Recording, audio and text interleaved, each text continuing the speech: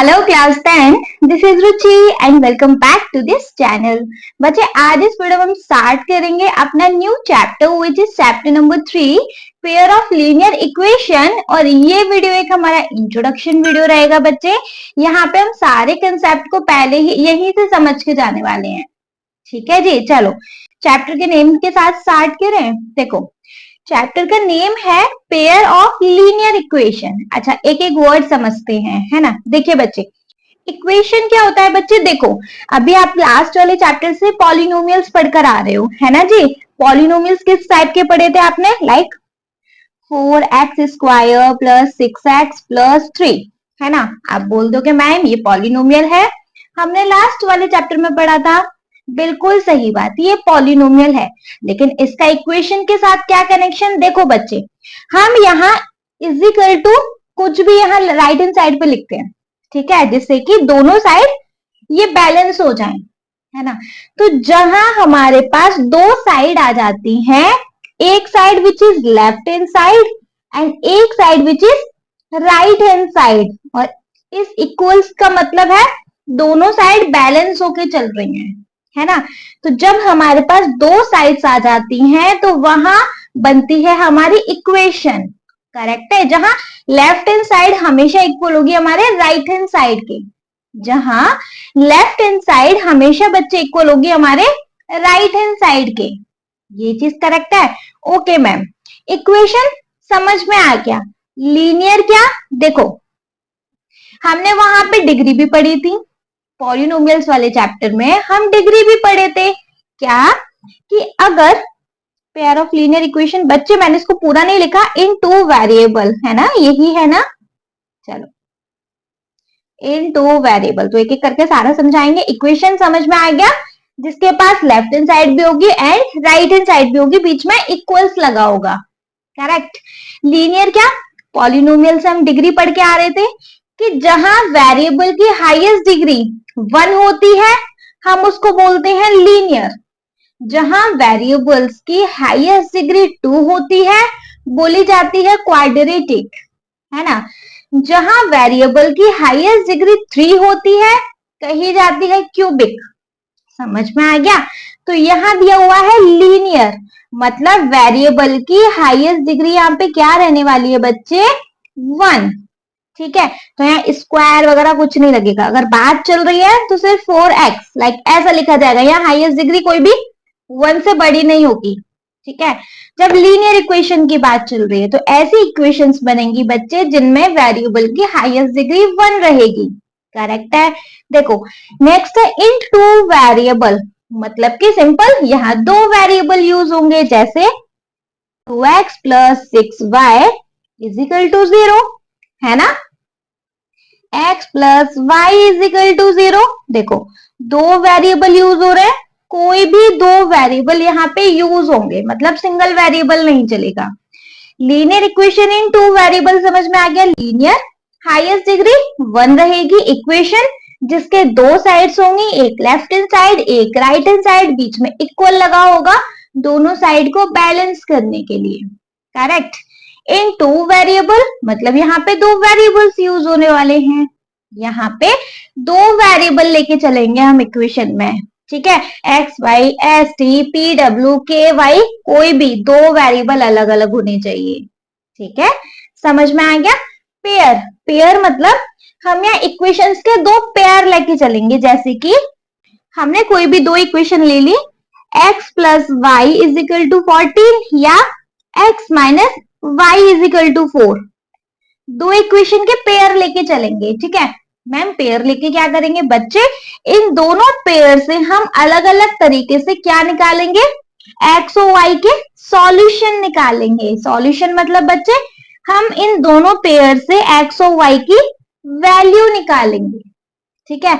अलग अलग तरीके से निकालेंगे, वो जो भी अलग अलग मेथड होने वाले उनको हम आगे डिस्कस करेंगे ही, ठीक है। तो इतने में हमने क्या पढ़ा, पेयर मतलब दो इक्वेशंस के पेयर लेंगे जहां से हम अपने एक्स और वाई की वैल्यूज निकालनी है मेनली, ठीक है। लीनियर मतलब having a highest degree which is 1, ठीक है। इक्वेशन जिसके दो पहलू होने हैं, दो पहलू नहीं दो साइड्स होनी है, left hand side which is always equals to right hand side, ठीक है। और क्या इस टॉपिक में समझाना है? जी नहीं, पेयर ऑफ लीनियर इक्वेशन अच्छे से समझ आ गया बच्चे। चलो नेक्स्ट टॉपिक पे मूव करेंगे। बच्चे देखिए next topic which is graphical method. अभी मैंने आपको बताया हम दो इक्वेशंस के पेयर लेके चलेंगे और वहां से हम एक्स और वाई की वैल्यू निकालेंगे। लेकिन निकालेंगे कैसे बच्चे? वैल्यूज निकालने के दो मेथड हो सकते हैं। Number one is graphical method और number second is algebraic method, है ना। हम ग्राफ की हेल्प से भी एक्स और वाई की वैल्यू निकाल सकते हैं और हम एल्जेब्रिक मेथड से भी एक्स और वाई की वैल्यू निकाल सकते हैं। कैसे बच्चे? देखो लेट सपोज मेरे पास कोई भी एक इक्वेशन है x plus y is equal to 14, ठीक है, यही इक्वेशन है हमारे पास। यहां से मैं अपनी एक्स और वाई की वैल्यू कैसे निकालूंगी? देखो यहाँ पे आपको एक वेरिएबल की वैल्यू को खुद से रखनी है और उसके बिहाफ पे अदर वेरिएबल की वैल्यू निकालनी होती है, ठीक है। लेट सपोज चलो एक टेबल बना लें जहां पे मैं x की वैल्यू सबसे पहले 0 रख लेती हूँ। x अगर 0 है तो y की वैल्यू बच्चे क्या निकल सकती है? y is equal to 14 minus 0, मतलब y हो गया 14। चलो नेक्स्ट टाइम पे हमने x1 ले लिया। अगर हमने x1 लिया तो y हो गया बच्चे हमारा 13, है ना। सॉल्व करके x अगर हमने 2 लिया तो y हो गया हमारा यहाँ पे 12, करेक्ट है। अब इनको ग्राफ पेपर पे प्लॉट कर लो। पॉइंट्स क्या क्या है हमारे पास? 0 14, पहले x का पॉइंट लिखा जाता है, आफ्टर देन y का। एक आया हमारे पास 1 13, एक आया हमारे पास यहाँ 2 12। प्लॉट करेंगे 0 14, 0 x एक्सिस पे, 14 आगे जाएगा। भाई मेरे इस ग्राफ पेपर में उतना स्पेस नहीं था तो बनाए नहीं। लेट सपोज यहाँ 14 है तो यहाँ गया, ठीक है। 1 13, 1 x पे, y पे 13 लो भाई, वो भी हमारा यहीं आ गया। यहाँ थोड़ा सा हटके आएगा क्योंकि 1 है यहाँ। एंड 2 12, बच्चे मैं इसको फेयरली जब एक्सरसाइजेस कराऊंगी वहां बहुत अच्छे से समझाऊंगी। 2 12 वो भी नहीं मिल रहा। लेकिन हाँ एक चीज है, जब हमारे पास लीनियर इक्वेशन के ग्राफ बनते हैं तो बच्चे वो हमेशा हमारी स्ट्रेट लाइन में बनेंगी। ऐसा नहीं है लाइक एक पॉइंट आए एक पॉइंट आए एक पॉइंट आए तो हमारी ऐसे लाइन बन रही है, नहीं। लीनियर इक्वेशंस के ग्राफ बच्चे हमारे स्ट्रेट लाइन पे बनेंगे, वो सिर्फ स्ट्रेट लाइन रहेंगे, ठीक है। अब क्योंकि मैंने यहाँ बात करी थी दो पेयर की इक्वेशन होनी चाहिए हमारे पास, मैंने तो यहाँ आपको सिंगल एक इक्वेशन लेके उसको प्लॉट करना बता दिया पॉइंट्स को, है ना। लेकिन जब हमारे पास दो इक्वेशन आएंगी तो दो इक्वेशन की दो अलग अलग लाइंस बनेंगी, है ना। लेट सपोज अगर हमारी लाइन यहाँ पैरेलल बनी, जब हमारी लाइन पैरेलल बनी तो बच्चे देखो यहाँ सॉल्यूशन एक्स और वाई की क्या आ रहे हैं? एक्स और वाई के सॉल्यूशन बच्चे जब मिलेंगे जब लाइन आपस में कहीं ना कहीं टकराएंगी। जब लाइन आपस में कहीं टकराएंगी ही नहीं तो कोई सॉल्यूशन ही नहीं मिलेगा, है ना। भाई सीधी पैरेलल निकल गई। एक्स और वाई के सॉल्यूशन मिलेंगे कोई? जी नहीं, यहाँ एक्स और वाई के कोई सॉल्यूशन ही नहीं मिलेंगे, ठीक है। इंटरसेक्ट हुई कहीं बीच में, जहां भी इंटरसेक्ट हुई वहां हमें सॉल्यूशन मिल जाएगा। यहाँ जब इंटरसेक्ट होती है बच्चे तो एक ही जगह होती है, तो यहाँ हमें कितने सॉल्यूशन मिल सकते हैं बच्चे? केवल एक सॉल्यूशन मिलेगा, मतलब एक्स और वाई की सिर्फ हमें एक एक वैल्यू ही मिलेगी, ठीक है। कोइंसाइड, कोइंसाइड मतलब कभी कभी ऐसा भी केस हो जाता है कि एक लाइन उसी के ऊपर सेकंड लाइन भी उसी के ऊपर आ गई, है ना। इसको बोलते हैं जब लाइन एक दूसरे के ऊपर ओवरलैप हो रही है। तो यहाँ आप सॉल्यूशन बताओ। भाई यहाँ तो सॉल्यूशन ही सॉल्यूशन है, हर जगह से लाइन एक दूसरे को टच कर रही है ना जी। तो यहाँ बच्चे हमारे कैसे सॉल्यूशन आएंगे? इनफाइनाइट सॉल्यूशन, मतलब कि हद करके वाले सॉल्यूशन आएंगे, अनगिनत सॉल्यूशन आने हैं, ठीक है। तो हमने बच्चे इस ग्राफिकल मेथड में पॉइंट्स को प्लॉट करना समझ लिया। जब दो इक्वेशंस के हमारे पास लाइंस बनेंगी, अच्छा जब पॉइंट्स प्लॉट करेंगे तो वो स्ट्रेट लाइन में रहेंगी, ठीक है। अगर लाइन पैरेलल बनती है तो हमारे पास भैया कोई सॉल्यूशन नहीं आएगा। जब लाइन इंटरसेक्ट कर रही है तो हमारे पास एक सॉल्यूशन आ जाएगा। और जब लाइन एक दूसरे को कोइंसाइड कर रही है, मतलब ओवरलैप कर रही है, तब हमारे पास कितने सॉल्यूशन होने वाले हैं बच्चे? इनफाइनाइट सॉल्यूशन, मतलब कि अनगिनत सॉल्यूशन, करेक्ट है। कोई डाउट नहीं है ना बच्चे इस चीज में। चलो अब मैम जरूरी है कि हमें हर बार सॉल्यूशन निकालने के लिए ग्राफ ही बनाना पड़ेगा अगर हमारे पास इक्वेशन है तो? नहीं जी, हम बिना ग्राफ बनाए भी बता सकते हैं कि हमारी लाइन पैरेलल होने वाली है, हमारी लाइन इंटरसेक्ट करेंगी या हमारी लाइन कोइंसाइड होंगी। कैसे मैम, बता दो तो फिर। चलो बताते हैं कि बिना ग्राफ बनाए भी हम कैसे बता सकते हैं कि हमारी लाइन पैरेलल होंगी या हमारी लाइन इंटरसेक्ट करने वाली है दो, या हमारी लाइन कोइंसाइड होने वाली है। चलो नेक्स्ट पेज पे देखें। देखो बच्चे, हम कैसे बिना ग्राफ बनाए बता सकते हैं कि हमारी लाइन पैरेलल रहेंगी, हमारी लाइन इंटरसेक्ट करेंगे और हमारी लाइन कोइंसाइड रहेंगी। कैसे बता सकते हैं? अपने रेशियोज को, दोनों इक्वेशन के रेशियोज को कंपेयर करके। कैसे मैम?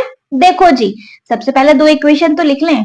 लेट सपोज बच्चे हमारे पास ये दो इक्वेशन है, x minus 2y is equal to 0 and 3x plus 4y minus 20 is equal to 0। Ratios को कैसे कंपेयर करेंगे? रेशियोज को कंपेयर करने के लिए बच्चे हमारे पास पेयर ऑफ इक्वेशन होना जरूरी है, मतलब कि दो इक्वेशंस होना जरूरी है। ठीक है, यहां से हम देखेंगे बच्चे, तो देखो x के पास वाला, इसके पास वाला कोफिशिएंट होता है हमारा a1, y के पास वाला कोफिशिएंट होता है प्लस में माइनस में, उसका ध्यान रखिएगा, वो होता है b1। एंड यहाँ अगर c का कोफिशिएंट होता है, यहाँ c का कोई कोफिशिएंट नहीं है तो वो हो जाएगा फिलहाल के लिए 0।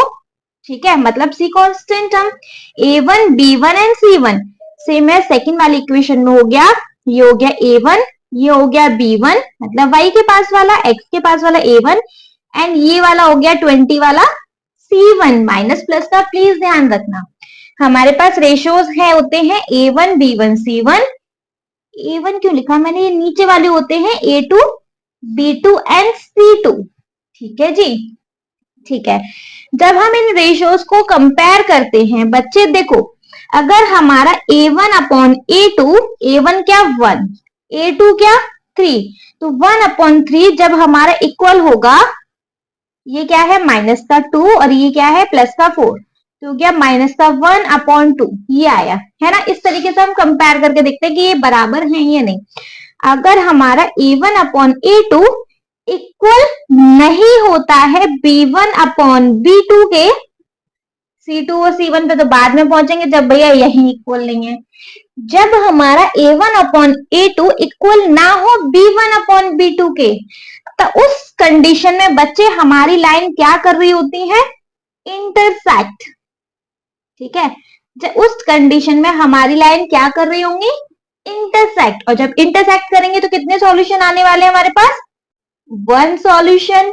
ठीक है, ये चीज समझ में आ गई? अच्छा, जब हमारी a1 अपॉन a2 इक्वल तो है b1 अपॉन b2 के, लेकिन वो c1 अपॉन c2 के इक्वल नहीं है जब हम इनको कंपेयर करेंगे तो, है ना। जब a1 अपॉन a2 इक्वल है b1 अपॉन b2 के, लेकिन वो भी इक्वल नहीं होगी c1 अपॉन c2 के, मतलब a1 upon a2 b1 upon b2 तो इक्वल है, लेकिन c1 अपॉन c2 इनके इक्वल नहीं है। इस कंडीशन में बच्चे हमारी लाइंस कैसी बनती हैं? पैरेलल। और जब पैरेलल है तो आप बता दीजिए कितने सॉल्यूशन आने वाले हैं? पैरेलल जा रही है तो टच ही नहीं कर रही, जहां लाइन टच करेंगे मीट करेंगे वहीं तो सॉल्यूशन मिलेंगे। यहाँ सॉल्यूशन मिलने होते हैं बच्चे नो सॉल्यूशन, कोई सॉल्यूशन नहीं। एक कंडीशन होती है बच्चे कि a1 अपॉन a2 इक्वल है b1 अपॉन b2 के, और वो भी इक्वल है c1 अपॉन c2 के। 3 कंडीशन होती है, एक कंडीशन, दो कंडीशन एंड 3 कंडीशन। जब तीनों ही एक दूसरे के इक्वल हैं तो लाइन होती है हमारी कोइंसाइड, मतलब एक दूसरे को ओवरलैप करेंगी।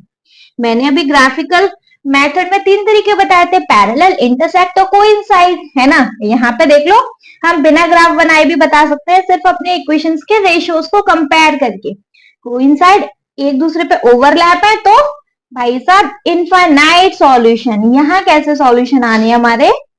इनफाइनाइट सॉल्यूशन, अनगिनत सॉल्यूशन आएंगे। ठीक है, देखो एक बार रिवाइज करें।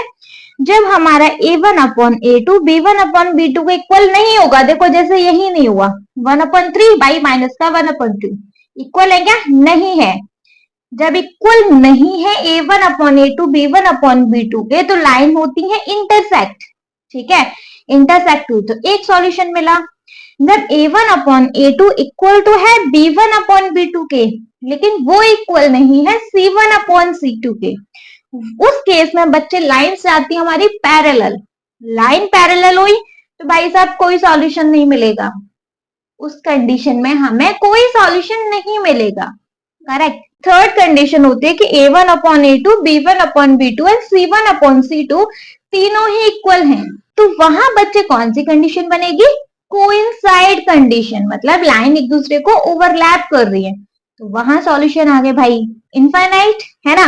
देखो एक चीज और पढ़ेंगे ईडी में कि हमें कंसिस्टेंट है ये lines, consistent, otherwise non consistence. Consistence होंगी या नहीं होंगी? नॉन कंसिस्टेंस होंगी। देखिए बच्चे, जहां सॉल्यूशन मिलते हैं, एक मिले ज्यादा मिले कोई फर्क नहीं, जहां सॉल्यूशन मिल रहा है तो वहां लाइंस कैसी हैं, वहां इक्वेशन कैसी है? कंसिस्टेंट। जहां सॉल्यूशन कुछ भी नहीं मिल रहा तो वहां ये इक्वेशंस कैसी हैं बच्चे? इनकंसिस्टेंट। ठीक है, नॉन कंसिस्टेंट कह लो, इनकंसिस्टेंट कह लो, एक ही बात है। ठीक है, यहां सॉल्यूशन मिला, लाइन बनी हमारी कंसिस्टेंट, यहां सॉल्यूशन नहीं मिला, लाइन बनी हमारी इनकंसिस्टेंट। यहाँ इनफाइनाइट सॉल्यूशन मिले, मतलब सॉल्यूशन मिले तो लाइन बनी हमारी यहाँ कंसिस्टेंट। That is clear? कोई डाउट बच्चे इसमें? नहीं है? ठीक है, बिना ग्राफ बनाए आपने अब देख लिया ना कि हमारी लाइंस बिना ग्राफ बनाए हम कैसे पता करें कि लाइन इंटरसेक्ट हो रही है, पैरेलल हो रही है और कोइंसाइड हो रही है, अपने रेशियोज को कंपेयर करके। ठीक है, ग्राफ पे आपको मैंने प्लॉट करना भी बता दिया कि आप पॉइंट्स कैसे प्लॉट करोगे। ठीक है, तो हमने बताया था कि हम अपने एक्स और वाई का सॉल्यूशन निकालते हैं दो तरीके से, एक तो ग्राफिकल तरीके से, ठीक है, सेकंड वन मैंने बताया था बच्चे कि हम अपने एक्स और वाई के सॉल्यूशन निकालते हैं एल्जेब्रिक तरीके से। एल्जेब्रिक तरीके से कैसे? देखो, एल्जेब्रिक तरीके से हमारे पास सॉल्यूशन निकालने के भैया दो मेथड हैं, एक सब्स्टिट्यूशन मेथड और एक एलिमिनेशन मेथड। एल्जेब्रिक तरीके से निकालने के वी हैव टू मेथड। कौन कौन से? Substitution method and elimination method. ठीक है, कोई डाउट? ठीक है, कैसे निकालेंगे सब्स्टिट्यूशन मेथड देखते हैं बच्चे। सबसे पहले देखिए बच्चे, सब्स्टिट्यूशन मेथड क्या होता है? अच्छा, उसके लिए सबसे पहले हम अपनी दो इक्वेशंस तो लिख लें। एक इक्वेशन हो गई हमारी x plus y is equal to 4 and एक इक्वेशन हो गई हमारी x minus y is equal to 2। दो इक्वेशन, पेयर ऑफ इक्वेशन तो लेना पड़ेगा ना। ठीक है, सब्स्टिट्यूट का मतलब क्या होता है बच्चे? इन दोनों इक्वेशन में से किसी एक वेरिएबल की हमने वैल्यू निकाल ली, जैसे भी निकाली, जैसे कि आपको चाहिए तो इक्वेशन 1 में से निकाल लो, आपको चाहिए तो इक्वेशन 2 में से निकाल लो, है ना। इन दोनों इक्वेशन में से किसी भी एक इक्वेशन को उठाया और उसमें से किसी एक वेरिएबल की वैल्यू निकाल ली, चाहे x की निकाली चाहे y की निकाली। करेक्ट है? चलो मैं इक्वेशन 2 ले लूं या इक्वेशन 1 ले लो, कोई भी, तो लिखेंगे फ्रॉम इक्वेशन 2, मैंने इक्वेशन 2 से एक वेरिएबल की वैल्यू निकालूंगी। चलो मैं x की निकालूं तो मैं ऐसे लिख सकती हूँ इसको, x is equal to 2 plus y, है ना। मार्क कर लेंगे इसको इक्वेशन 3, इसको मार्क कर लिया हमने इक्वेशन 3। अब देखो, जो बच्चे हमने x की वैल्यू निकाली है उसको इन दोनों में से किसी भी इक्वेशन में पुट कर दो, इसको बोलते हैं सब्स्टिट्यूट करना। जो हमने किसी एक इक्वेशन से किसी एक वेरिएबल की वैल्यू निकाली उसको अदर इक्वेशन में पुट कर दो, है ना। इन दोनों में से किसी में भी कर सकते हैं वैसे चाहिए तो, लेकिन हमने इक्वेशन 2 यूज कर ली तो 1 में पुट कर देते हैं, है ना। चाहिए तो 2 में भी कर लेना, आंसर गलत नहीं आएगा वैसे, लेकिन क्योंकि हमने 2 यूज कर लिया है तो हम ज्यादातर देखेंगे कि जो इक्वेशन हमने यूज कर ली है उसके अदर वाली इक्वेशन में हम वैल्यूज पुट करें। ठीक है, तो चलो इक्वेशन 1 में पुट कर दें अपनी एक्स की वैल्यू, इसको हम बोलते हैं सब्स्टिट्यूट करना, मतलब एक वैल्यू को जैसे भी निकाला उसको सब्स्टिट्यूट कर दिया अदर इक्वेशन में, सब्स्टिट्यूशन मेथड हो गया, है ना। Put x is equal to 2 plus y in equation 1, भाई इक्वेशन 1 में इस वैल्यू को कर दिया पुट। यहाँ x है 2 plus y is equal to 4। अब यहां से एक वेरिएबल की एग्जैक्ट वैल्यू मिल जाएगी, है ना। ये 2 इधर गया, 2y is equal to 4 minus 2, 2y is equal to 2, y is equal to 2/2 which is आ गया 1। y की वैल्यू आ गई बच्चे 1। ठीक है, अब देखो हमने जो इक्वेशन 3 देखी थी, इसमें अगर हम अपनी y की वैल्यू रख दें तो हमारे पास x की वैल्यू आ जाएगी, है ना। हमारा मेन मुद्दा तो यही है ना, हमें x और y की वैल्यू निकालनी है। y की वैल्यू आ गई 1। अब हम क्या करेंगे, हम इसको इक्वेशन 3 में रख देंगे। y की वैल्यू को यहां कर दू, put y is equal to 1 in equation 3। भाई सारी इक्वेशन को यूज कर लेंगे हम एक एक करके, है ना। इक्वेशन 3 हमारी x is equal to 2 plus y. चाहिए तो इक्वेशन 1 या 2 में भी रख सकते हो, ठीक है। ऐसा कोई नहीं है कि आपको इक्वेशन 3 में ही रखना है, ठीक है। लेकिन क्योंकि यहाँ ऑलरेडी x की वैल्यू एक तरीके से निकला ही रखी है, तो इसलिए हमने इक्वेशन 3 में रख दिया। x is equal to 2 plus y है 1। x इज इक्वल टू आ गया बच्चे 3। x की वैल्यू 3, y की वैल्यू आ गई 1।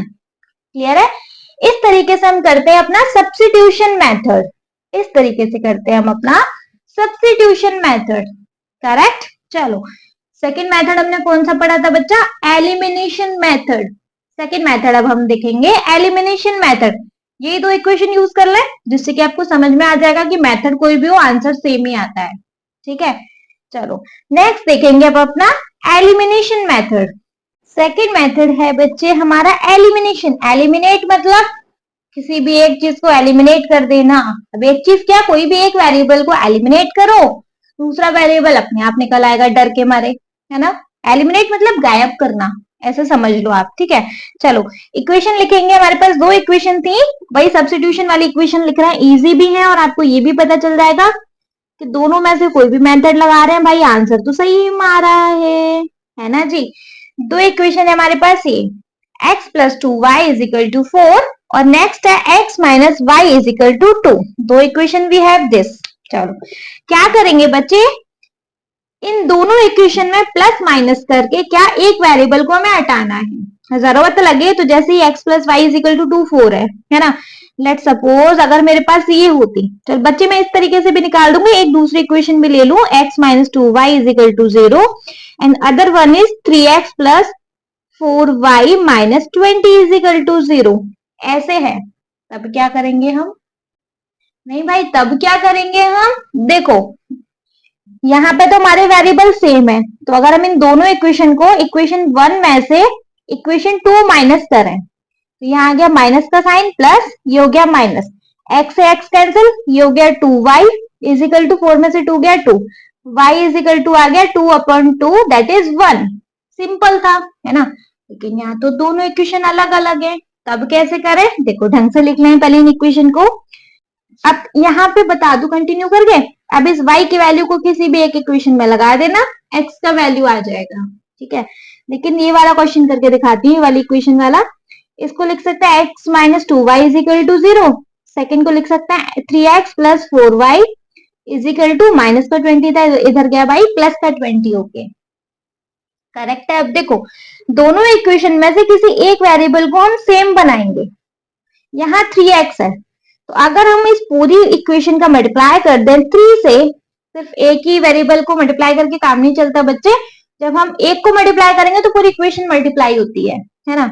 तो ये मेनली बन जाएगा 3x, बाकी कुछ और बने ना बने एक वेरिएबल बन जाएगा हमारा 3x और ये प्लस माइनस करके कट जाएगा। या फिर अगर हमें y को हटाना है तो देखो यहाँ 2 है यहाँ 4 है, अगर इस पूरी इक्वेशन का हम 2 से मल्टीप्लाई कर देंगे तो ये 4y बन जाएगा, ये हट जाएगा जैसे भी हम प्लस माइनस करेंगे उस तरीके से, है ना।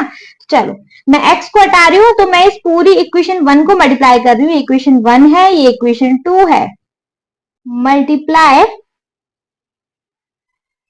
Equation 1 bye 3। जब हम इक्वेशन 1 को 3 से मल्टीप्लाई करेंगे तो ये हो गई बच्चे 3x माइनस 3 2 जा 6y इज इक्वल टू 0 का 3 से कर लो बच्चे 0 ही आना है ना। अब क्या करें, हम दोनों इक्वेशन में पहली इक्वेशन में से माइनस कर दे अपनी दूसरी इक्वेशन, करेंगे तो 3x minus 6y is equal to 0। Second equation है हमारे पास 3x plus 4y is equal to 20। जब इन दोनों इक्वेशन को सॉल्व करेंगे, ऊपर लिख लेना सॉल्विंग बोथ इक्वेशन, जब हम दोनों इक्वेशन को सॉल्व कर रहे हैं तो देखो ये प्लस का है, नीचे साइन इंटरचेंज हो जाते हैं, जो प्लस के माइनस के, माइनस है वो प्लस के, प्लस का 3x माइनस का 3x cancel out, minus minus plus, sign minus का आएगा 604, 10y इज इक्वल टू, भाई 0 माइनस 20 कर लो, माइनस का 20 आ गया, y इज इक्वल टू आ गया माइनस का 20 अपॉन माइनस का 10, 10 20, ठीक है। y इज इक्वल टू आ गया बच्चे 2। अब y की वैल्यू को चाहिए तो इक्वेशन 1 में लगा दो, चाहिए तो इक्वेशन 2 में लगा दो, आंसर आ जाएगा आपकी x की वैल्यू का, ठीक है। सब्स्टिट्यूशन में हमने क्या किया था, किसी भी एक इक्वेशन में से किसी एक वेरिएबल की वैल्यू को जैसे भी निकली थी निकाल ली, उसको अदर इक्वेशन में पुट कर दिया। और एलिमिनेशन में हमने क्या करा, भाई की एक वेरिएबल को ही एलिमिनेट कर दिया अदर वेरिएबल की वैल्यू को निकालने के लिए। आया समझ, इजी था। देखो आई नो फर्स्ट टाइम जब हम कोई चीज समझते हैं तो इतना इजी नहीं लगती, बट जब हम एक्सरसाइजेस करेंगे बच्चे तो वहां आपको बहुत इजी लगेंगी ये सारी चीजें, ठीक है जी। तो बस इस इंट्रोडक्शन वीडियो में इतना ही था। आई होप ये इंट्रोडक्शन वीडियो आपके लिए हेल्पफुल रहा हो, आपको कॉन्सेप्ट अच्छे से समझ आ गए हो कि भाई हम क्या पढ़ने वाले हैं एक्सरसाइजेस में, ठीक है जी। वीडियो पसंद आए तो प्लीज एक लाइक कर दीजिएगा। जो भी स्टूडेंट मेरी वीडियो से कुछ सीख रहे हैं उनका बहुत बहुत धन्यवाद, जो मेरी वीडियो को फर्स्ट टाइम देख रहे हैं उनका भी बहुत बहुत धन्यवाद, इवन मेरे सारे व्यूअर्स का बहुत बहुत बहुत धन्यवाद। Thank you so much.